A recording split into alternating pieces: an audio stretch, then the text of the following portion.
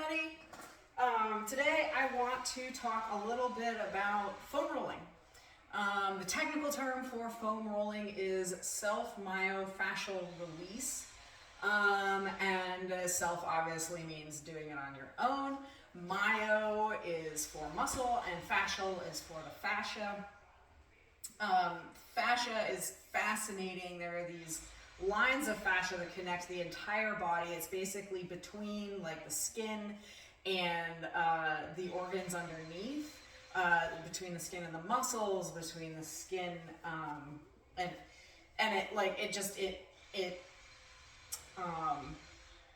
it connects the entire body with, and I'll do another video on fascia at some point because I find it absolutely fascinating. And also there's a lot of evidence that a lot of the time when we think we have sore muscles or we think we're tight because of musculature or whatever, it actually might be the fascia instead.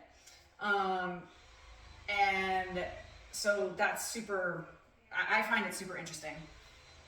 And just the fact that something that's happening in your foot might affect your shoulder, not just because of the way you're moving, but also because of the fascia that connects those two things, or connects and everything in between. But anyway, not to go off on too much of a tangent, I want to talk about foam rolling. And so there's, nobody really knows what foam rolling does, at least from my research and from my reading about foam rolling. It's sort of this, it does something, it probably does something with the muscle, probably does something with the fascia, but we're not really sure what that is. What we do know is it makes you feel better. And, there's some theories that it kind of disconnects or like makes it not adhere quite so much to the muscle underneath it. There's some theories that it actually, because it's filled with fluid, that you're squishing the fluid out of it so that it can then, and with that fluid going, toxins are leaving as well, and so then it leaves room for new fluid to come in that's cleaner. I don't know, like, what it, there's just different theories on it. So basically the whole concept of it is you sit on this foam roller, and there's all different kinds of foam rollers. They come in all different sizes, hardnesses, some have knobs on them. This one has little, wavy lines through it. Some are just smooth. Like, they come in all different shapes and sizes and textures and everything else. And it just kind of depends on what you are using it for and what your let's say comfort level is with it. But basically, the idea is that you pick your muscle group that you want to release, and you sit on it, or get that muscle group on it and roll back and forth over the top. And you can just roll back and forth for 20-30 seconds, or you can roll, find a spot that's really painful. That's the spot that probably needs to be released the most. Sit there for a few seconds until it starts to not hurt so bad, and then keep going. So there's a couple different ways you can do it.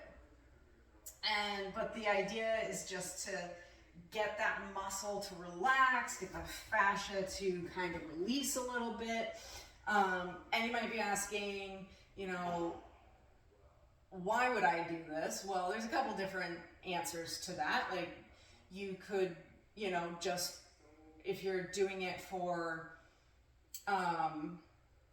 you could be doing it to help sore muscles. Like, you're sore, it feels good just to get that release.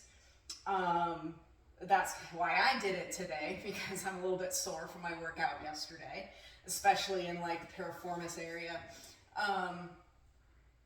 And that helps. You know, some people do it for mobility reasons. If you want to do it before your workout to help get a little bit more mobility, to loosen things up a little bit.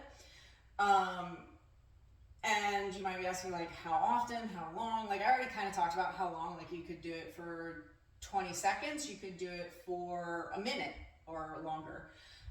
It kind of depends on what your, again, comfort level is with it and what you're trying to get out of it. If it's sore muscles, I go a little bit less time. If it's looking to, you know, increase mobility, then I would go a little bit more time. And then, you know, you might say, well, how often should I do this? Well, again, it depends. It depends on, you know, do you want to, you know, are you doing it for muscle relaxation or muscle soreness? Do it, you know, as long as that muscle is sore.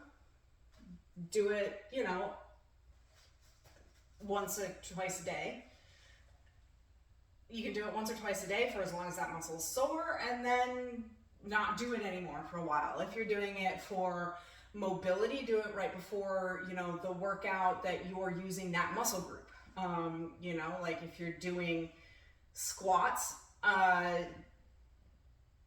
foam roll, you know, the major muscle groups in the legs before you do squats. If you're doing it just for general wellness, because it makes you feel better, you can do it every day, every other day, like however frequently you want to. It's really kind of up to you and what makes you feel better. The one thing that I will caution though is, even though it does definitely make you feel better, it definitely helps those sore muscles feel better. It definitely helps with mobility. It's not the answer to those things. It's a nice tool, but it's not going to replace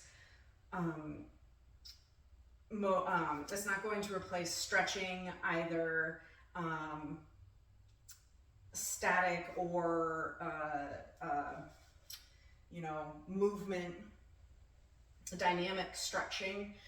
It's not going to replace that kind of thing. It's not going to replace mobility work. But it is a tool that you can use for those things as well. And it's not going to replace, like, say, rest if you have really sore muscles. It's not going to replace that either. So I hope you enjoyed this video. If you did, hit the like button, share it, and subscribe to my channel. And I will be back tomorrow with hopefully a Farm Friday. I gotta think of something to discuss. But anyway, I hope you all have a great rest of your day, and I will see you tomorrow with a new video. Bye.